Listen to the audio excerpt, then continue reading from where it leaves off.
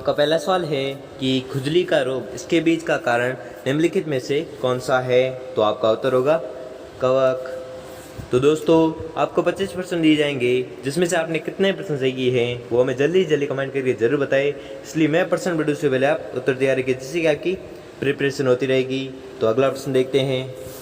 तो आपका अगला सवाल है कि एथलीट फूट नामक बीमारी किससे उत्पन्न होती है। तो आपको याद रखना है होती है कवक से।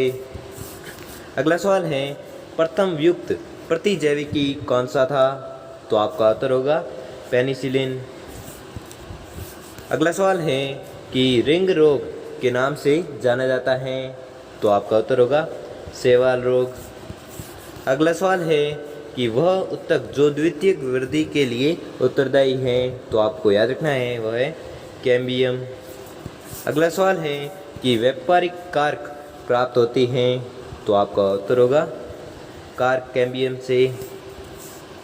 अगला सवाल है कि किस पदार्थ हार्मोन के छिड़काव से अनिषेक फल प्राप्त किए जा सकते हैं। तो आपको याद रखना है ऑक्सिन से।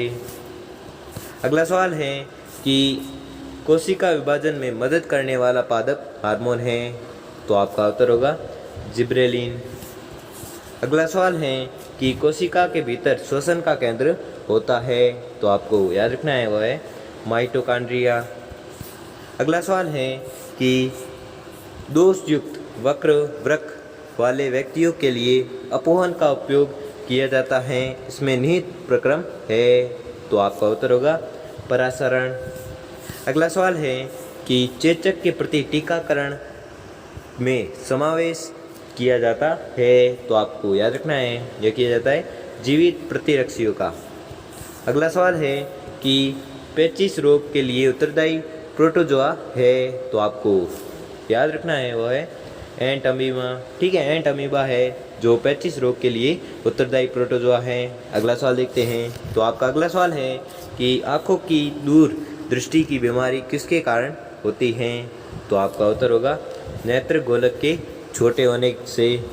अगला सवाल है कि सबसे अधिक आयरन किस में पाया जाता है। तो आपको याद रखना है यह पाया जाता है हरी पत्तीदार सब्जियों में। अगला सवाल है कि निम्नलिखित में से किस विटामिन की कमी के कारण मसूड़ों से रक्त आता है और दांत हिलने लगते हैं। तो आपका उत्तर होगा विटामिन सी की कमी के कारण। अगला सवाल है कि निम्नलिखित में से कौन सी मद विटामिन है।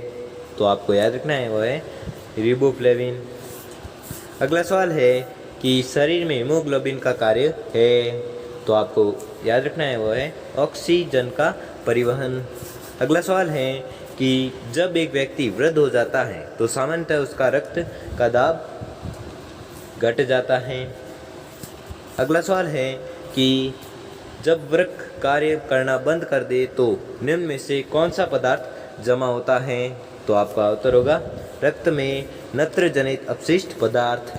अगला सवाल है कि मानव त्वचा का रंग बनता है। तो आपका उत्तर होगा मेलानिन से। अगला सवाल है कि यदि माता पिता में से एक का रुधिर वर्ग AB है और दूसरे का O है तो उनके बच्चे का संभावित रुधिर वर्ग होगा। तो आपका उत्तर होगा A या B। अगला सवाल है कि कौन सा ग्रंथि इंसुलिन निस्सारण के लिए उत्तरदायी है। तो आपका उत्तर होगा अग्नाशय। अगला सवाल है कि निम्नलिखित में से किस कोशिका से इंसुलिन स्रावित होता है। तो आपका उत्तर होगा अल्फा कोशिका।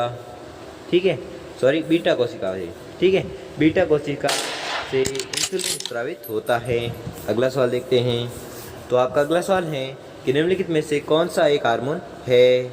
तो आपका उत्तर होगा इंसुलिन।